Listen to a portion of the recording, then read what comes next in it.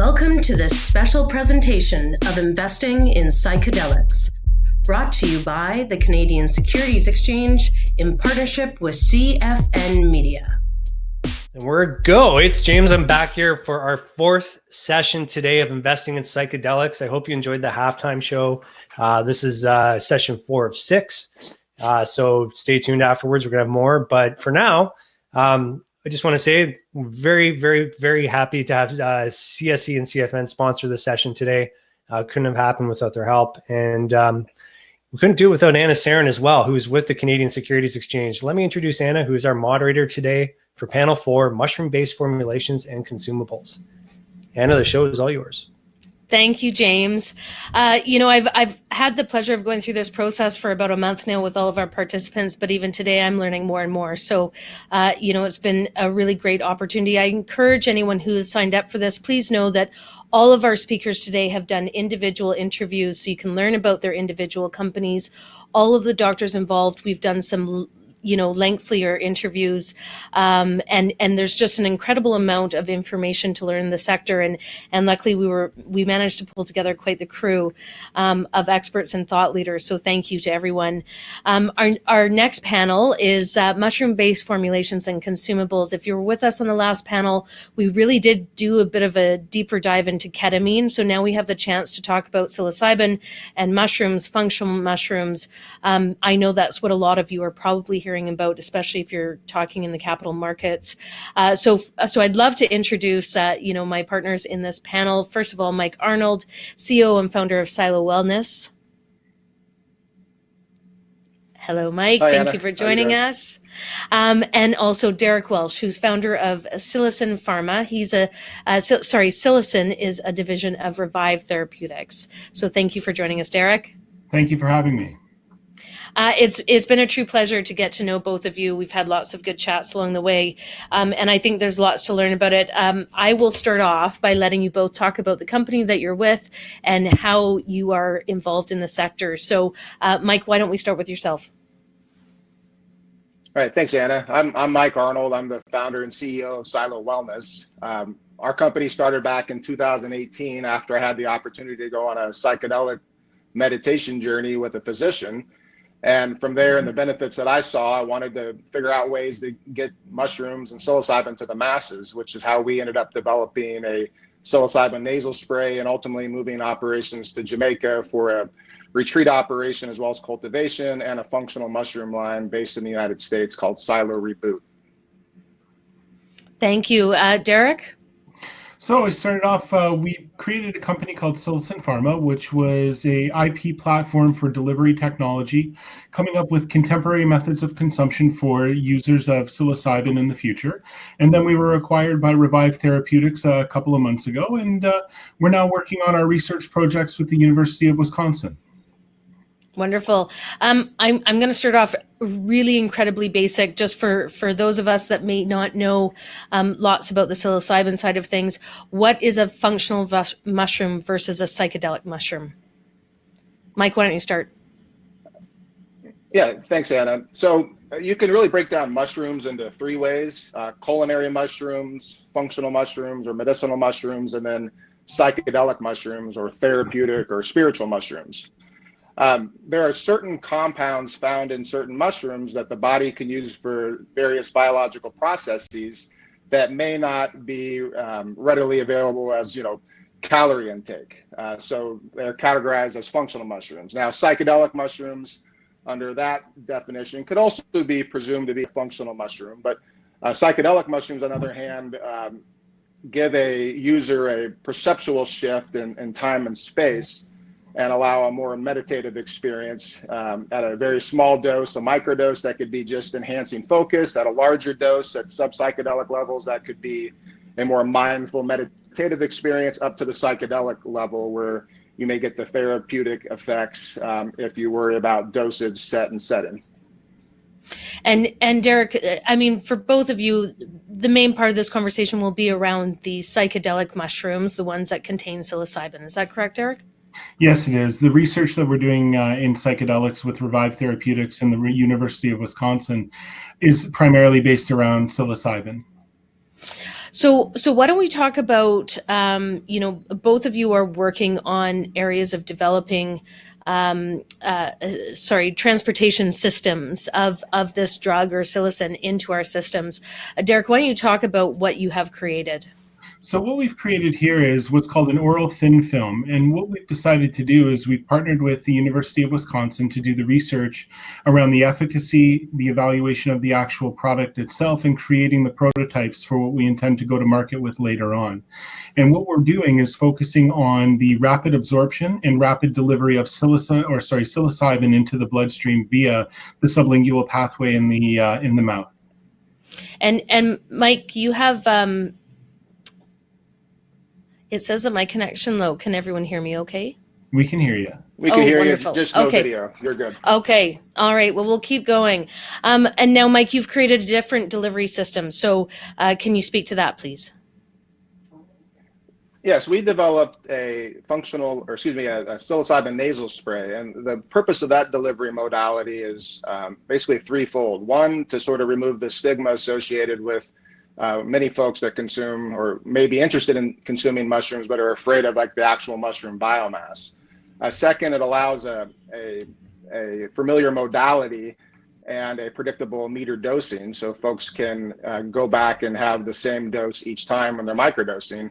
And finally, and most importantly from my vision, is the increased uptake speed. So for psilocybin to get to the brain in a usable form, it has to pass through the liver and convert to psilocin.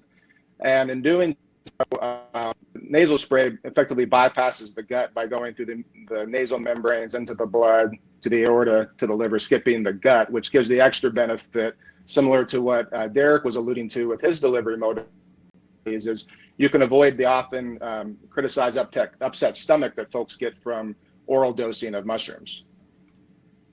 Well, and I think you brought up a lot of good points that, the raw version has its downsides. And Derrick, you and I chatted about this. One of the main reasons is understanding the dosage. Maybe you guys can talk about that a little bit. This is an organic product.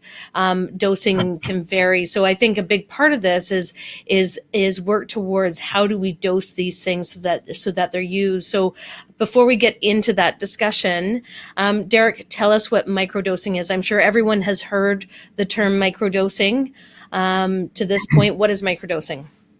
So microdosing is the one popular buzzword that's really come up with psychedelics. And it's really the first industry that started off with microdosing, as opposed to where cannabis was always talked about, how big of a joint, how big of a dab, those types of things. This is an industry that, because of the celebrity attention around it, has started off as a microdosed business where it's take a little bit and see how you do. Our studies that we're working on currently are going to study everything from 1 milligram all the way up to 20 milligrams.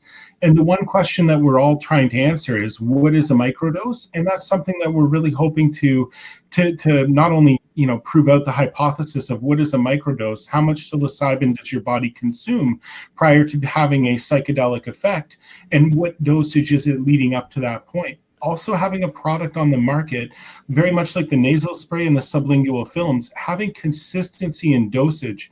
Mike and I had a great chat about the problems with cannabis where people got into stacking doses on top, and then all of a sudden 2 hours go by and well, bam, you're on the floor, or you're turning down the television to hear your food or see your food. Derrick, I'll just interrupt you. Tell our listeners what a stacked dose is.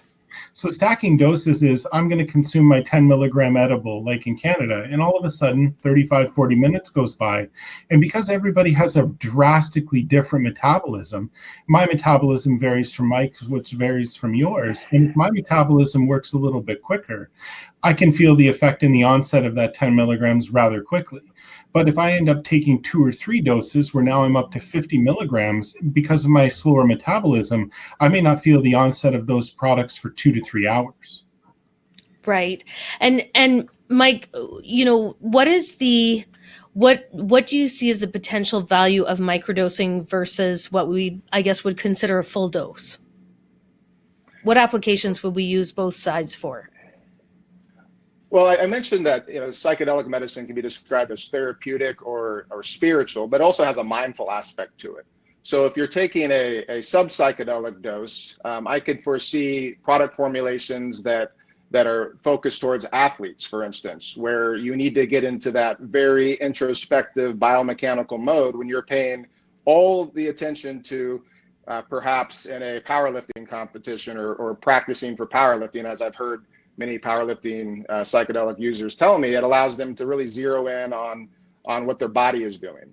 And that's sort of the meditative experience you get from a microdosing level. The Silicon Valley buzzword of microdosing, mainly for focus. You hear a lot of stories about programmers in Silicon Valley that just sit there at their computers and program without any distraction because they're mindful. And I think the efficacy varies. I mean, we've had some volunteers in nasal spray say that they felt the effects within like 5 minutes, and based upon the biology and the chemistry going on there, that's impossible.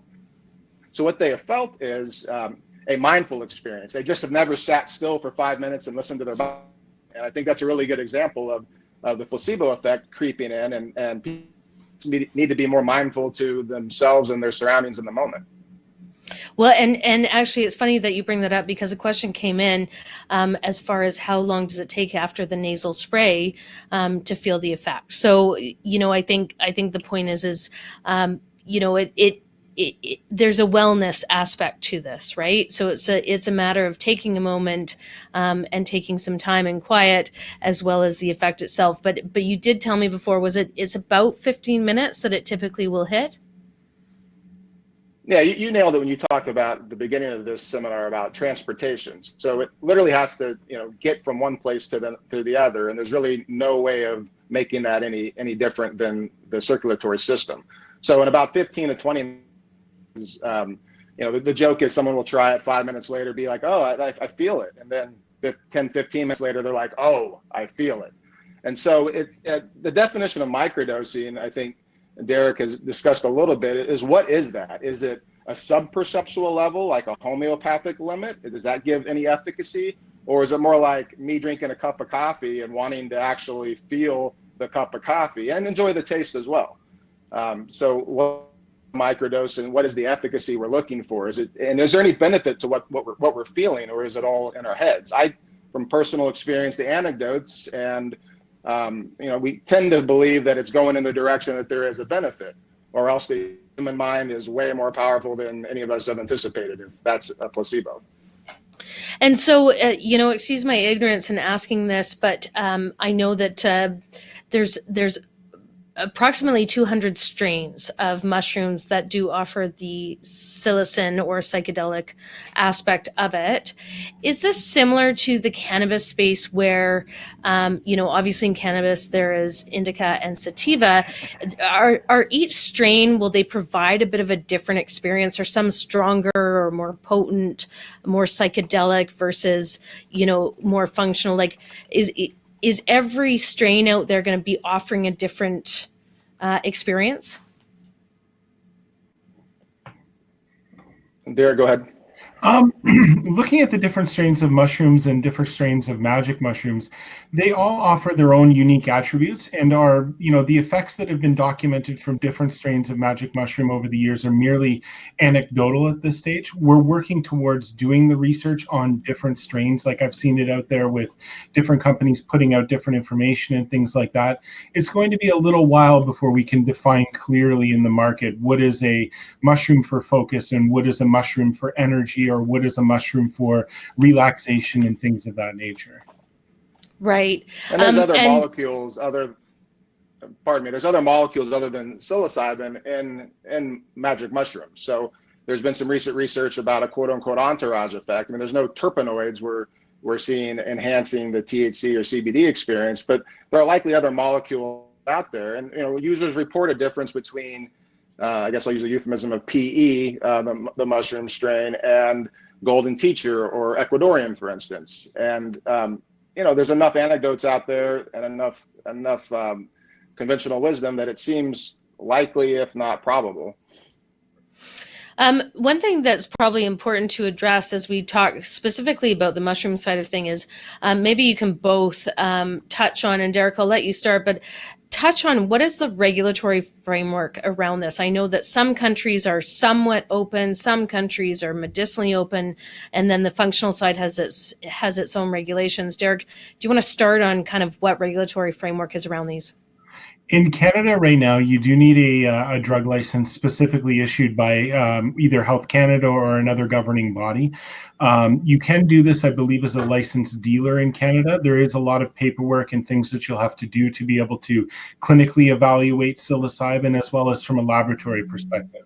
But mainly is subject to the approval. There's a lot of different situations to deal with. I saw recently in the news, I think it was Nimbus, they actually got a license to do R&D or start the R&D process. Numinous, yeah. Numinous, yes. Yeah. Yeah, and they've done some great work, and excited to watch what they have to do and accomplish. Mike, you're obviously down on the other side of the border, and your operations are also in Jamaica. So why don't you tell us about the regulatory framework from your understanding? All right, so it's important to keep in mind the United States is still a Schedule I controlled substance, which means there's no research or no medical value to it whatsoever. This is in stark contradiction to the FDA breakthrough status attributed to research projects in the psilocybin space. So obviously that regulatory framework will need to be updated to have consistency amongst the DEA, the FDA, and then the controlled substance regimen. However, Oregon is in the process of initiative petition campaign. They've submitted to the state of Oregon a psilocybin service initiative, and the Secretary of State's counting that now, and they're supplementing with additional signatures as we speak. If that gets on the ballot and qualifies, it'll be up for election in the fall. If it passes, then Oregon will have the first medical marijuana type regulatory system where there will not be microdosing at home, there will not be home grows. It'll be done in a therapeutic setting through a facilitator that does not necessarily have to be a licensed therapist or psychologist. So it's sort of a hybrid system that gives a baby step for federalism to do what it does best, which is experiment in individual states. In Jamaica, on the other hand, it can be contrasted with the Netherlands, where Todd Shapiro's company, Red Light Holland, is active with the truffle industry. The contrast those two, Jamaica has zero regulations other than your FDA-like health claims that you can't do. Currently, there's no prohibition on it, and it's if you really want to think back what it would be like in cannabis in like 1996 before medical marijuana, and or 1995 in California, 2013 in Colorado. Imagine if there was a small island country off the coast of America that 100% legal cannabis. What would the industry be like today with cannabis? How would people have deployed product and brand development differently? Now in the Netherlands, there's truffles only, no extraction.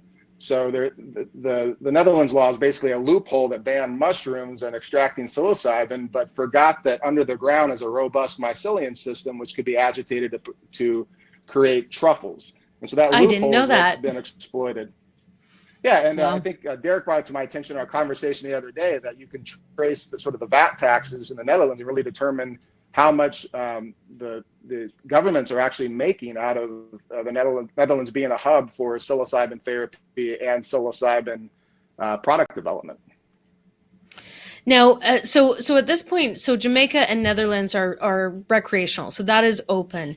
The functional mushrooms, there is no regulation around those. Those are legal in any sense of the word across the board. Is that correct? Yes, like mushrooms. Notwithstanding. Yeah, mushrooms that can be purchased in your own in Whole Foods or Metro or whatever store you're picking them up at are perfectly legal with no problems.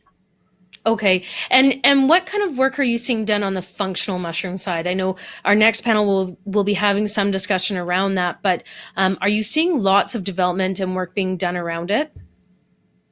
We're seeing a lot of interesting products coming out, that's for sure. And looking at functional mushrooms and looking at the opportunity that they present, fungus was one of the very first things to appear on this earth. And it's been here a heck of a lot longer than we have. And it's a really amazing opportunity to see what people are doing with different functional mushroom extracts. I know it's not something we're venturing down the path with at Revive Therapeutics, but I think it's a unique play and a unique offering to the market.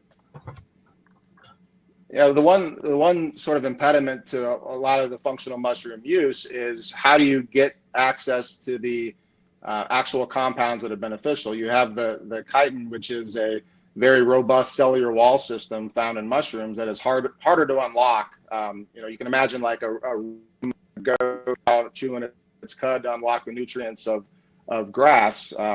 The same thing has to be done for unlocking a lot of these beneficial compounds through an extraction process. We use a triple extraction process, and I think that a lot of these functional mushrooms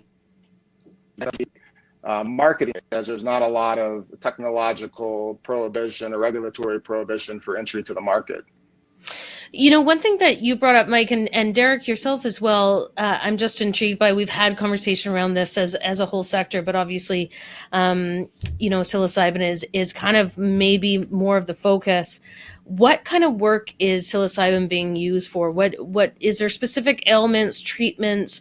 One thing that you brought up, Mike, that kind of stuck with me in our last conversation was that this is a product for general wellness, and your experience with it. And that's part of why microdosing has come in, is not necessarily having these full trips, but this general wellness or concentration or meditation that it can bring to the mind, and give it some rest. What are the major areas that we're seeing psilocybin being applied to? Derrick, why don't we start with you? Well, I'll go ahead and go ahead, Mike. I'll wait for you, Mike. Go ahead. Generally, the research is robust around treatment-resistant depression and overcoming, trauma, and the neuroplasticity that mushrooms allow. I think if we look at sort of globally at the research, allows a person to stand back and analyze a lot of their problems, trauma, shame that has, the shadow work that they like to talk about in the psychology space. It allows a person to look at that and analyze it and talk about it in a therapy or integration session without reliving the trauma, without having those physiological responses, the cortisol, the adrenaline. So it allows a person to really go in and it's like if you were a computer programmer, you're looking at the programming and then you're recoding it, and you're able to do it as a dispassionate third-party observer. And so you see some of the research about alcoholism treatment, smoking cessation, and if you take that logic along the line to wellness in general, well, if I can set my purpose and intention to stop drinking or stop smoking, perhaps I can set my purpose to use mushrooms and be very mindful on a run and actually get my heart rate up to 98%, for instance. And those are the things I'd like to see the research go to catch up with the anecdotes that I hear from people every day and the thousands of folks that have contacted us on our website sharing their experiences. Right. Derrick? I think when we look at the research that's being done, this is a fantastic road to be on. We've seen with the USONA Institute, and we've also seen with the breakthrough status that was done by Hopkins University. I think the real keynote of the research that's being done is it surrounds PTSD, anxiety disorders, mood disorders, addiction therapy. Speaking from my own experiences with truffles in the Netherlands, I had the privilege of traveling there very recently prior to COVID. And one thing I noticed when we consume truffles or when we consume magic mushrooms is that it almost detaches you from your ego. It almost allows you to a place to be egoless and just exist as oneself. And it allows you to kind of view your own body, your own emotions in its own unique way. And perhaps it gives you a better understanding of why we feel that way and what can we do to change our thought pattern or change our habits. It's a really, truly unique experience that psilocybin does provide. Yeah, I think that's a really good point. I think it'll have a bigger play in our society than maybe some of the other ones that are being applied to mental illnesses and drug addiction. We might see this one come first. One question I have for you guys, and I'm not sure if you know how to answer this, but one of the things that came up in the cannabis side of things was very much, the margin of the product itself. Is there money to be made in growing a mushroom and selling it? Oh, 100%. There's money to be made in the growing and cultivation of magic mushrooms, or truffles for that matter. These things are not cut like cannabis in the growing cycle. They're not riddled with bugs. It's not riddled with mold. It is a fungus that grows, and it grows very simply, and it grows without a lot of hard work. With cannabis being so finicky and so problematic if your degrees are off and your temperature is off. Now, the same thing can be said for mushrooms in a sense that they do have their own intrinsic difficulties with cultivation. But to the level that you would have to invest at a cannabis level, I don't believe it's that high of a cost of entry. Well, I guess moisture is their friend, so it's a little different that way. 100%. It's fun. Mike, any thoughts on that? Well, I think you'll see a race to the bottom and cultivation just in general as a commodity. The cost of the barrier to entry is lower, and so you have the ability to grow lots of mushrooms in a very tiny space. Like this small room I'm in could probably supply my county with therapeutic mushrooms, and potentially over the course of a year enough for microdosing too. So that barrier to entry is also an opportunity and a problem, in the sense that the commoditization could occur rapidly, which is why early movers like Derrick, Todd's company, and others like ours have that early mover advantage for establishing policies and procedures and brands. And in particular, alluding to what Derrick said, the biggest problem with cultivation is cleanliness is next to godliness when you're starting a spawn or even live cultures, because they have to outcompete the molds and other things. So if someone follows the rules and does that, I mean, you can have neighborhood grows where folks are growing enough for themselves and giving it away for free, like zucchinis in August in Oregon. Well, that would be an interesting neighborhood, that's for sure. Mike, can you talk to a little bit to how you have seen this evolve? You've spent lots of time in Jamaica, obviously. What is the culture around psilocybin or psychedelic mushrooms? Just from a general, not from a medicinal purposes, what is the culture around it?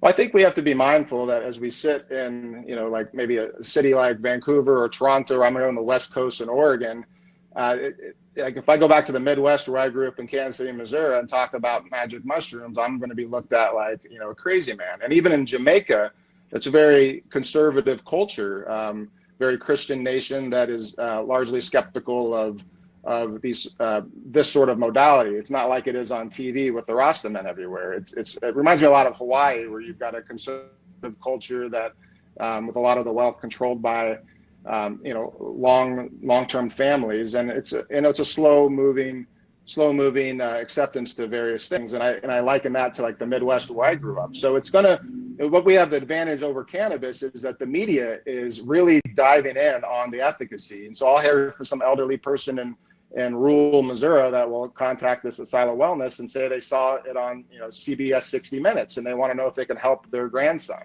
And so I think you see in the cannabis timeline compressed very small with decriminalization, legalization, and capital infusion, and RTOs, and everything's happening so quick. I think the momentum's there, and the inevitability of legalization is going to really prevent any governments from preventing folks from having access to these likely very beneficial compounds.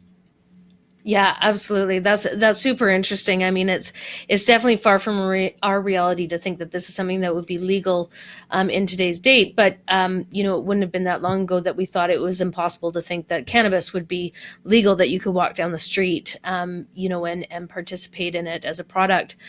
Derrick, do you think this will be a disruptor in general well-being, general health, and even on a recreational side? Do you think this will be a disruptor?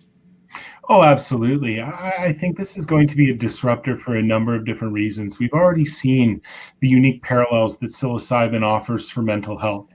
We've already seen the unique parallels that it offers for recreational.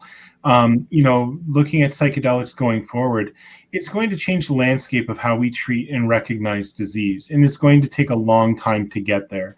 The research that's being done today, the work that we're doing, in the market today with creating products, with doing the research, doing the in vitro studies, these are all things that are going to bolster the medical claim when it comes time for getting a DIN number or putting a product on the shelf at the pharmacy.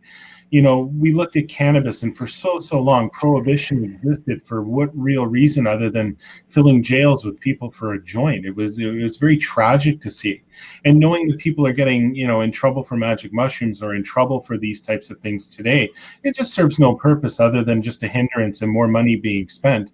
When the opportunity to make money on a recreational and a medical side, because there's nothing wrong with making money in medicine or making money recreationally. It's just, how society happens to perceive how you're making that money. And if you're making it on psilocybin or cannabis or any of the, whether it's ketamine or whether it's any of the other compounds that are being discussed for medical reasons throughout these conferences, it presents a new and unique opportunity to change the conversation and change the way people view a psychedelic drug to not so much be, we always seem to go back to the dazed and confused analogy of Cheech and Chong going down the road.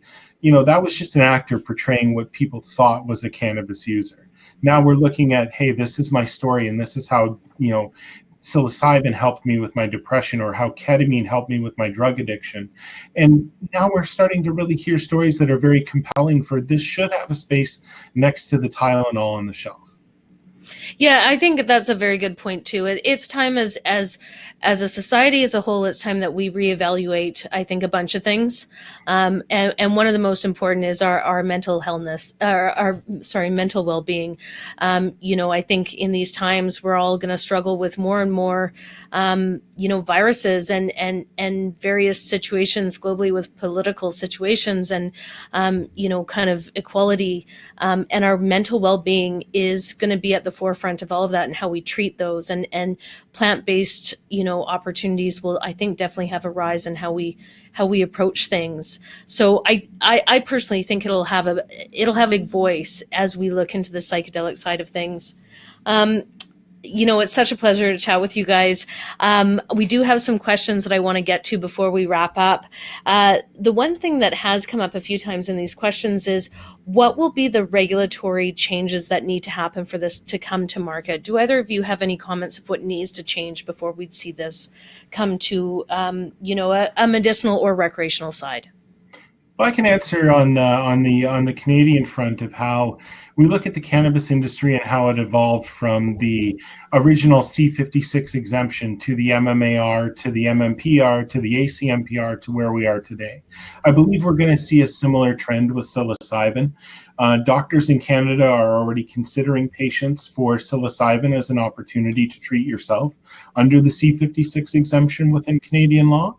I think we're going to see a big shift going forward. The more people that want it, the more opportunity there is to table the legislation.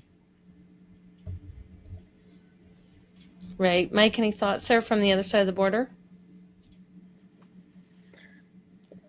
Yeah, well, in terms of the Oregon's initiative, I think it's a very, very highly regulated way of entering the market in such a way that it precludes any chance of black market mushrooms or divergent into the black market, which was always the concern of the federal government. So if you look at it from a Cole memorandum like state, post-Cole memorandum with cannabis, everybody was afraid of the Trump administration, nothing changed in law enforcement priorities. So I think it's just going to be important that when you have advocates moving forward with a regulatory system in their state, if, for instance, you could do a hybrid system where you have home grows and no one's allowed to sell out of a home grow right. to a therapy center, a facilitator center. And, we could be creative with those as long as you have a Cole memorandum type system in the back of your head when you're setting up those regulations. And so federal law enforcement doesn't really have the resources or the interest of messing with those sorts of nascent markets. That's one thing I forgot to bring up in this whole dialogue that I think is maybe of value to question. There was a lot of regulatory framework and there was a lot of work that was done as we implemented a recreational system in Canada around how we handled the black market and what that looked like going forward. Is there similar considerations that we would have to take as a community to the black market that exists today?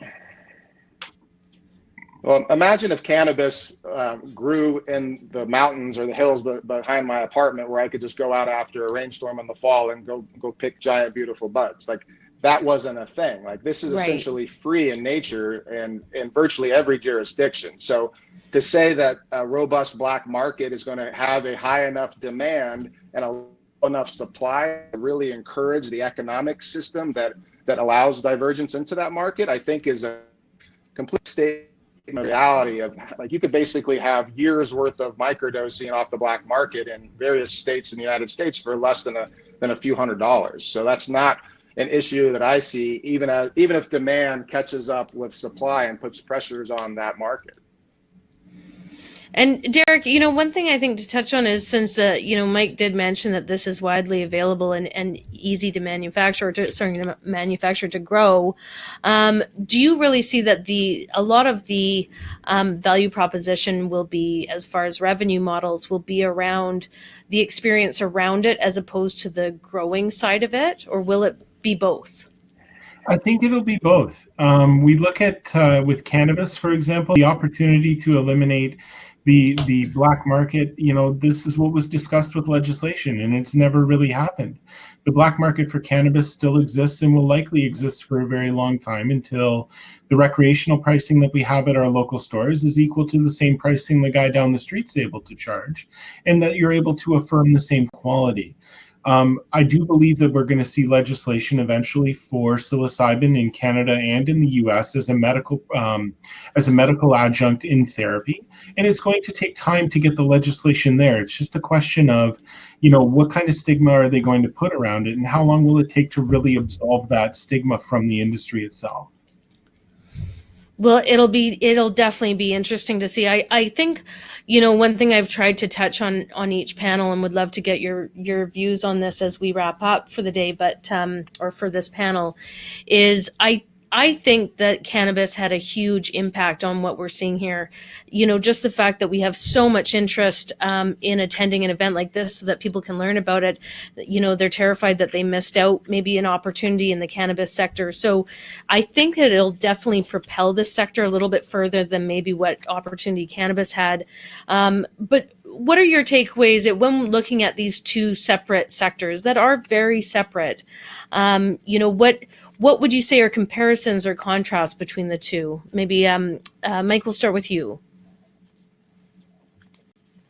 Well, first, if cannabis in the early days following Prohibition had a robust research-based documentation that showed that it was beneficial for these various ailments, I think it would have been a largely a different picture. So when you have the lack of habit forming of psilocybin, if you have the lack of harm that it comes from taking too much, and you have sort of the media covering it the way it is, I think that psilocybin should be at least as easy to get as cannabis, if not easier to get. So I think the lessons learned from the cannabis industry is that don't be making regulations just for the sake of regulations. Don't create a solution for a problem that doesn't yet exist. So I think this particular industry has various avenues for success, and I think there's no shortage of capital to fund all of these based upon what we're all hearing in the capital markets. You've got the pharma approach, you have the what I call the adult use or wellness approach, aka recreational,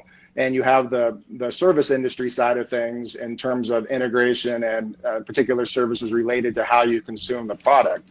So I think the lesson learned, and it's not about folks establishing their brand, establishing their procedures, the protocols, and collecting those finite resources that make companies valuable.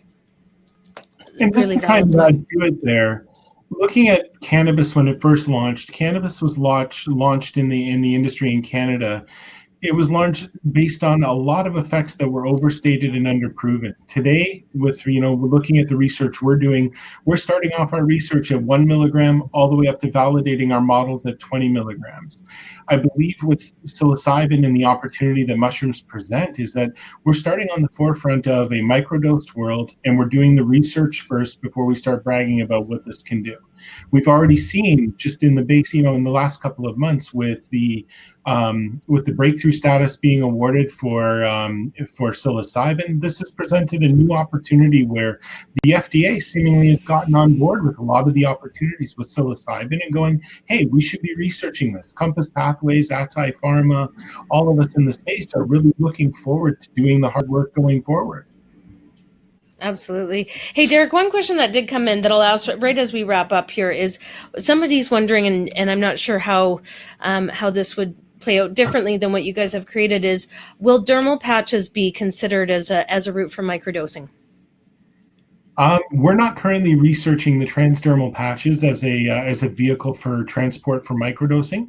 Typically, with the transdermal patches, it is a time release dosage that goes throughout the day or 24 hours. When we look at comparables in the market, whether it be a nicotine patch or a birth control patch, it is a consistent and time released formulation that they work with for those. I know it's on the table with stuff we'd like to look at later. Right now, we're focused on being able to bring the opportunity forward as a oral thin film technology, as a breath strip.